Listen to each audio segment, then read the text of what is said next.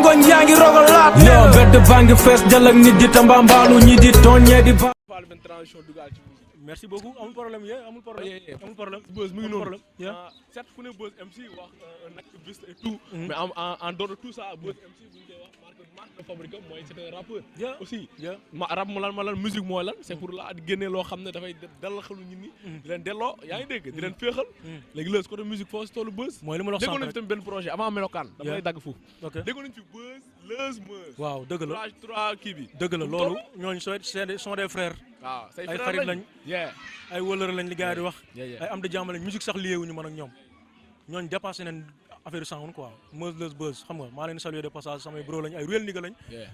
di saluer waa jàmm gën ci yow aussi di quoi man dama yàgg suivre Beuz MC depuis jamonoy tout crack ënd ñun dañuy mandi booy jaay frek boo ñëw dugg andi gën la dee yaa ngi dégg même anyway yi nekk ci même lancé bi même same thing nga ñëw andi sa benn dernier album Melokaan ñu doon xaar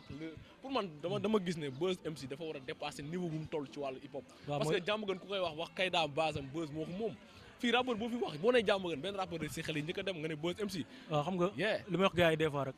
bu ma fan mooy problème bi fan yi la bu ma doon xëccoo couronne wax ma li woon wax ma hip hop jàmm gën hip hop Galsen bu ma doon xëccoo couronne damay xëy di saaga gars yi ndey wala ma nekk jàgg ñaar affaire rek moo ci nekk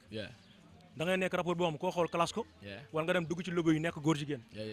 góor man sama diina jaralu ma loolu li ma toog fi jàmm gën digga kaas nag ñu bëri mënuñu ko xam parce que nit dëkkuwaay moo demee noonu man dama classique dama thématique mais xam naa ni lu booy def dàq ñu ma ko mais temps bi gars yi di toog gis nga dafa am ñaar affaire yoo am artistes yi dégg nañ ko léegi mu toog 2 mois fay man 98 ba léegi maa ngi sound Beuz MC mosuñu ko xool ci lu ñàkk fayda mosuñu ma gis ci lu ñàkk fayda man loolu mooy samay milliard tey mën nañ xëy gis ma ci loo xam dañ may xeeb te yaakaar naa ku ma xeeb waa jàmm gën n'est-ce pas mën nañ xëy ñëpp laa amal jàmm fii ñëpp laa amal respect dunduma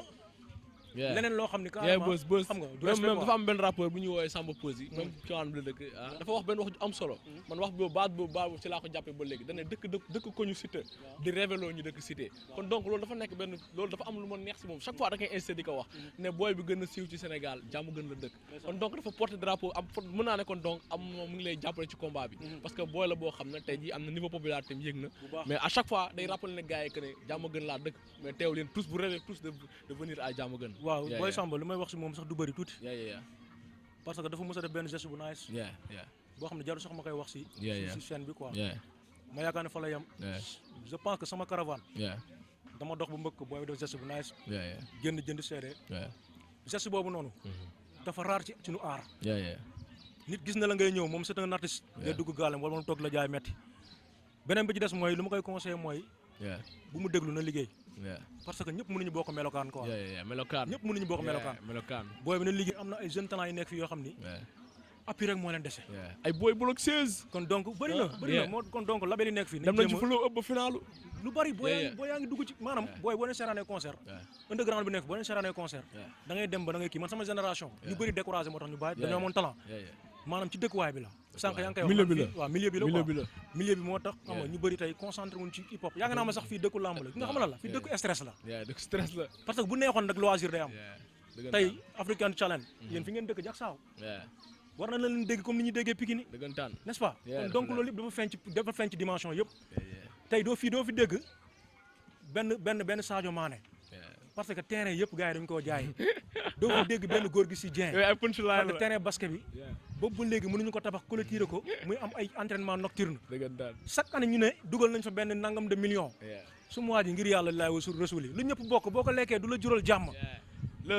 Beuz sa mot de la fin mooy maa ngi char waa jàmm gën char hip hop Galsen bëggee sama manager ji waa jàmm gën ci yow waa African Channel rawat na machine sama bro de la xam nga di leen wax li ngeen def dafa nice parce que ñun tëbuñu tëb bëgg a feeñ télé wala tëbuñu tëb di kii dañuy mën benn combat boo xam ni dañ ko doon mën ci guddi gi sax dafay teede ba di waxtaan suñuy dëkkandoo nan leen def ci koñ bi lii nan leen def ci koñ bi lee di ket leneen ak leneen donc ñu ngi ñaan yàlla xam nga Sénégal jàmm yàgg fi quoi surtout xam nga phénomène yi amoon temps yee ci ay bind livre bëgg a jaxase tarixa yi yaakaar naa tey Serigne Touba rek la ne lépp quoi si jumaa ju bees bi ñu ñaan yàlla saxal jàmm ci réew mi tarixa yëpp benn lañ parce que ñëpp fa laaw lañ jëm ba pare dañ fi am ay dëkkandoo muy les chrétiens def naa ko si benn son jàmbaar fale ñu xam ne sénégalais bu ñu génnee suñu carte d'identité nationalité sénégalais la lañ dund loolu ñu bàyyi foi bi ku nekk boo toogee si néeg na nga ko dund nañu bàyyi wejante bi ak sànni ay xeer Sénégal loolu doxalu ko mag ñu baax ñi dañ doon toog di dund yi te yar la tax bëgguñu woon siiw bëgguñu woon wanewu bëgguñu woon lu ñu def wax ko mais actuellement bëri na ñoo xam tey ñu ngi Dakar tur moo leen fi indi ak wër wat buzz ce mot de la fin mooy maa ngi siyaar waa Diamaguène siyaar hip hop Galsen bëggee sama manager ji waa Diamaguène ci yow waa African Channel rawatina Massène sama brodo la xam nga di leen wax li ngeen rangoñ yaa ngi rogalaat yo bedd baa ngi fees jël ak nit di tambambaalu ñi di tooñee di